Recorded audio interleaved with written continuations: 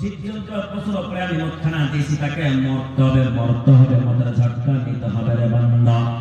আল্লাহ রাব্বুল আলামিন দ্বিতীয় জায়গাতে আল্লাহ রাব্বুল আলামিন পবিত্র কোরআনে আল্লাহ সুন্দর করে বললেন কুল্লু নাফসিন যায়িকাতুল মউত। আল্লাহ রাব্বুল আলামিন বলেন প্রত্যেক নফসের উপরে, প্রত্যেক প্রাণীর উপরে, প্রত্যেক যারা প্রাণী জান দিয়েছি, রূহ খানা দিয়েছি, আমি আল্লাহ তাদের আমি মদখানা কি নেব। আমরা মনে মনে ভাবনা চিন্তা করি আমরা মদখানা থেকে ভয় লাগছে, আমাদের মদখানা হয়ে যাবে।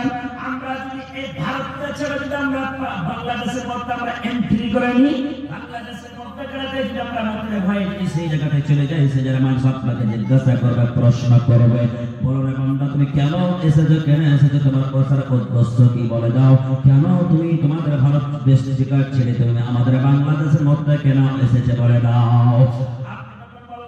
ভারতের মধ্যে মানুষ অনেক মানুষকে কেটে ফেলা হয়, অনেক মানুষকে বম দেওয়া হয়, অনেক মানুষকে গুলি মারা হয়। তাই জন্য আমি মতের জন্য আমি মদখানা আমি ভয় খেয়ে আমি এই বাংলাদেশের মধ্যে চলে এসেছি।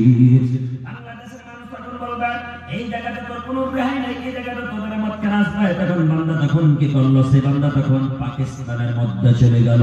পাকিস্তানের মধ্যে যে এখন চলে গেল, পাকিস্তানের মানুষ জিজ্ঞাসা করছেন বলো তুমি কেন এসেছো, বলো কেন এসেছো, তুমি বলো তোমার আসার উদ্দেশ্য কি, তোমার কারণটা কি বলে দাও। বান্দা কেন এসেছো আমার দেশে আমার কান্ট্রির ভিতরে বলে দাও।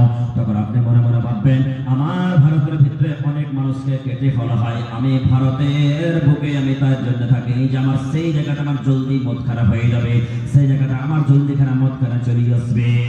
পাকিস্তানের মানুষ তখন বলবে এটা একটা অনেক একটা ডেঞ্জার জায়গা, এটা একটা অনেক খাতরা জায়গা, এটা একটা হচ্ছে আতঙ্কবাদের জায়গা, এটাতে মানুষকে গুলি মেরে ফেলা হয়।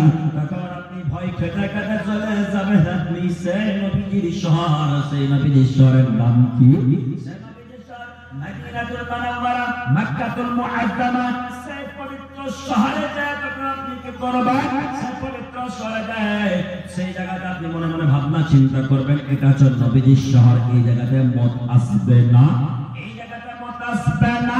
কিন্তু নবীজির শহরে যখন চলে গেলেন বলেন না না না এই জায়গাটা মদ খেলা হবে, এই জায়গাটা তোকে মদ পাবে না বান্দা, এই জায়গাটা তোকে মদ পাবে, মদের ঝটকা নিতে হবে। তখন আপনি কি করলেন, একটা বিশাল বড় পাহাড় আছে, সে পাহাড়টাকে কেটে কেটে টুকরো করে তার মদটা খারাপ হয়ে গেল, সেই জায়গাটাকে বন্ধ করে দিলেন। আবার বন্ধ করার পর আপনি মনে করে ভাববেন এই জায়গাতে মদ আসবে না, আসতে পারবে না। না না সেই জায়গাটা আপনার মদখানা যা পৌঁছবে, সেই জায়গাটা আপনার মদখানা যে পৌঁছবে। আল্লাহ রাব্বুল আলামিন পবিত্র কোরআনের মধ্যে আল্লাহ সুন্দর করে বললেন বিসমিল্লাহির রাহমানির রহিম।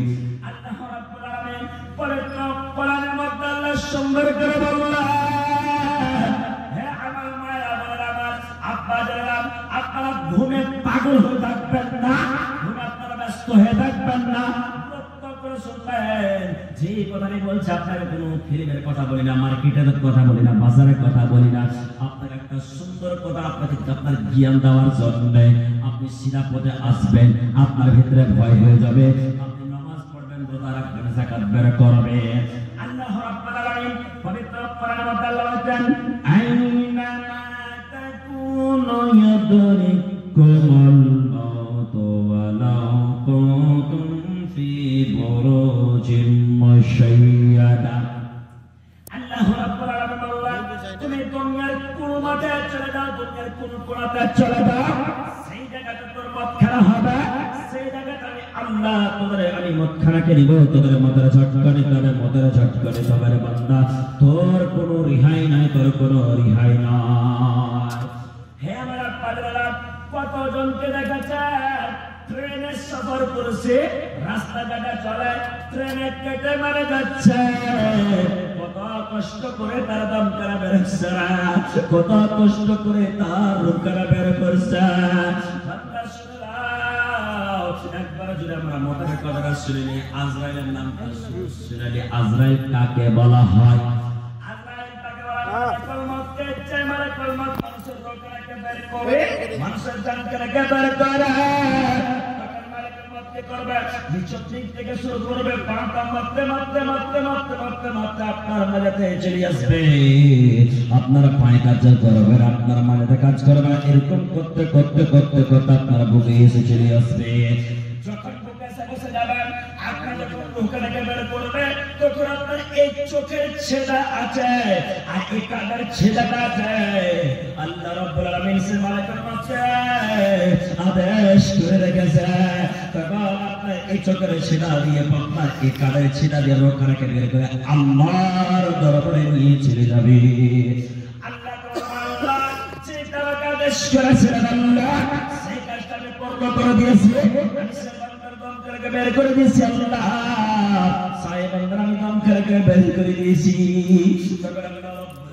তখন বলবে বান্দারে তুই কি করবি বল দুনিয়াতে তুই নামাজ পড়ছিস রোজা রাখিস রে বাবা কাউকে ছাড়বে না এক নবীর নাম শুনেছেন সেই নবীর নাম হযরত মুসা আলাইহিস সালাম হযরত মুসা আলাইহিস সালাম এত রাগ করা ছিল এত তার মিজাজ গরম ছিল আল্লাহ রাব্বুল আলামিন সেই মালিকুল মউত বললেন মালিকুল মউত যাও যাও মুসা আলাইহিস সালামের দম করে বের করে নিয়ে এসো যাও তুমি যাও মুসা আলাইহিস সালামের দম করে বের করে নিয়ে এসো যাও মুসা আলাইহিস সালামের দম করে বের করে নিয়ে এসো মুসা আলাইহিস সালামের সময় হয়ে গেছে মুসা দম করে বের করে নিয়ে আয় মালিকুল মউত চলে এলেন হযরত মুসা আলাইহিস সালামের কাছে